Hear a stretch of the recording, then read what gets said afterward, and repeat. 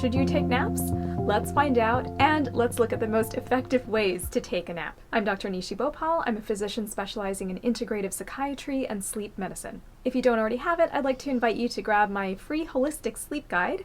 The guide is available at my website at intrabalance.com/sleep guide, and the link is also available in the video description. Do you ever take naps? According to a survey from the Pew Research Center, about 1/3 of adults in the US actually do take naps. And some cultures also have naps built into the daily flow, also known as a siesta. There are actually several different kinds of naps. One of these is called the recovery nap, which is a nap that you would take after a night of bad sleep or disrupted sleep or a night of sleep deprivation. So recovery nap is a way to kind of recover from that one night of lost sleep. Another type of nap is called the prophylactic nap. This is also a preventive type of nap. So for example, if you are a night shift worker, you might take a nap before your shift. That would be an example of a prophylactic nap. Then there are also naps that are just taken for enjoyment. This is something you might do like on a weekend afternoon or something, just for the pleasure of it. And there's also a type of nap called the essential nap, which is essential for your body to recover. So for example, if you are sick, you're dealing with some sort of an immune-related condition, it's really important for your body to get enough sleep in order to mount an immune response and to help your body restore and repair and heal itself. So that would be an example of an essential nap. There are actually lots of different benefits of taking a daytime nap. And just to talk a little bit about the sleep drive, the longer we stay awake, the stronger our sleep drive becomes. So the more we stay awake, the more we start to build up sleep pressure. And then as we sleep through a night, sleep drive starts to go down and sleep pressure starts to decrease. It's kind of like eating. After you've eaten a meal, your hunger drive goes down. But the more time it's been since your last meal, the more that hunger drive starts to increase. Then you eat something and that hunger drive goes down again.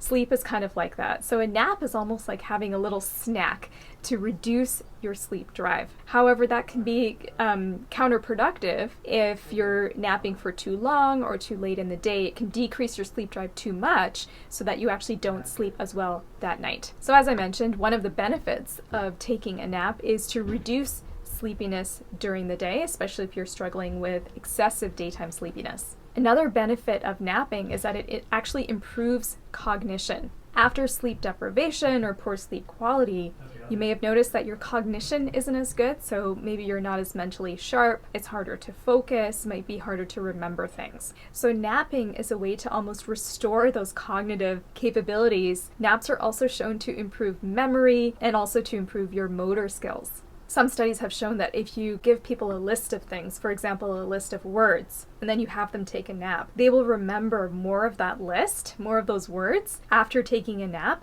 versus if they hadn't taken a nap. Napping is also beneficial for emotional regulation. It helps to reduce emotional reactivity. It can help you feel more calm, less irritable, and less cranky. So you can see there's lots of different benefits to naps that have been described, and there's more research going on into this. And major companies are taking note. Companies like Google, Huffington Post, NASA, and Ben & Jerry's all provide nap pods to their employees because they know how naps can be beneficial to employee productivity, to creativity, and to performance. Okay, so how do you take a nap effectively? You do not want it to be too long for a couple of reasons. One, it's going to decrease your sleep drive too much and make it harder to sleep at night. And if you sleep for too long during the day, it can cause sleep inertia where you actually feel more groggy and more tired after the nap. You want to keep your nap to no more than 10 or 20 minutes. Set an alarm so you don't oversleep. The second tip for napping is to plan it ahead of time. For example, if you have a long drive ahead of you,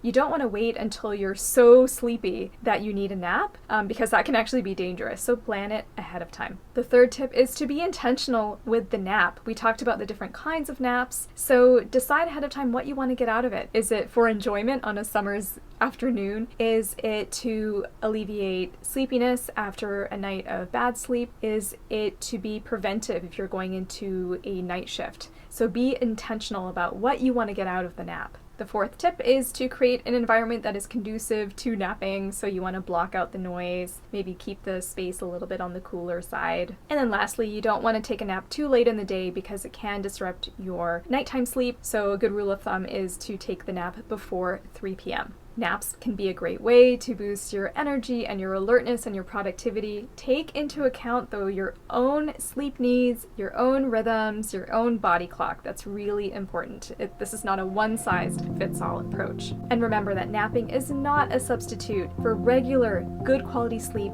on a consistent basis. If you found this video helpful, please go ahead and click the like button and subscribe to my channel so you can keep learning simple ways to improve your sleep and mental well-being.